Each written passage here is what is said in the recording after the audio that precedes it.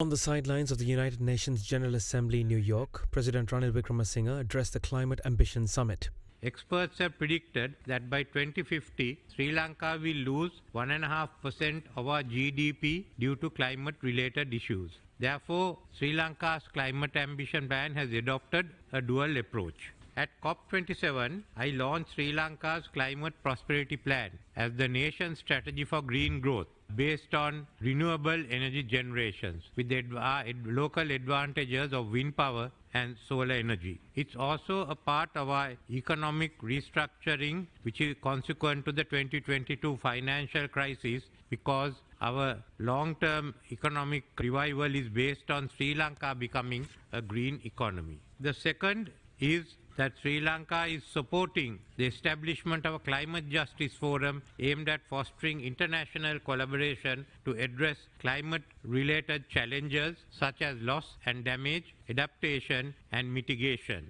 During his visit to New York, President Ranil Wickremesinghe met with the Malaysian Prime Minister Anwar Ibrahim. In a significant diplomatic development, the Malaysian Premier extended a formal invitation on behalf of the Malaysian King to the Sri Lankan head of state for a state visit to Malaysia. The President, who accepted the invitation, has expressed his intent to schedule the visit during the early months of the upcoming year, specifically in either January or February. During the meeting, the Malaysian Prime Minister expressed a strong desire to bolster economic ties between both nations and emphasized Malaysia's eagerness to facilitate increased investments from Malaysian companies to Sri Lanka. He also expressed positivity towards Sri Lanka's request to commence negotiations for a free trade agreement between both countries, which could potentially open up new avenues for trade and economic cooperation. Further, in a gesture of solidarity and collaboration, Malaysia has agreed to support Sri Lanka's application to become a member of the Regional Comprehensive Economic Partnership. According to the President's media division, the Malaysian Foreign Minister is scheduled to attend the Indian Ocean Rim Association meeting in Colombo next month, underscoring Malaysia's commitment to regional cooperation and engagement.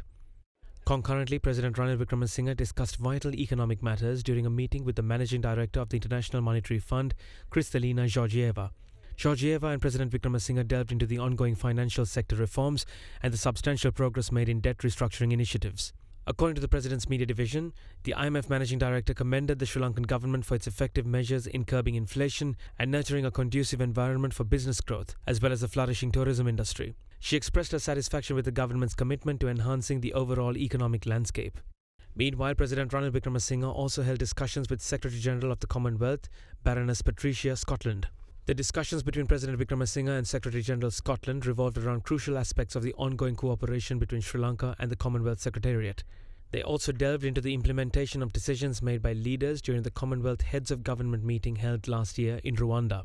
A key focal point of the exchange was the pressing issues of climate change and the challenges associated with climate financing, especially for developing nations. This discussion gains particular significance in the context of the upcoming COP28 related to climate change. President Wickremesinghe expressed his commitment to taking a lead role in aligning the efforts of the Commonwealth member states in formulating a unified stance on these crucial matters. Further, Secretary General Scotland briefed President Wickremesinghe on the progress of the Marlborough House Dialogue, an initiative aimed at engaging with the diaspora community. This dialogue seeks to foster connections and collaboration with Sri Lanka's global diaspora for mutual benefit.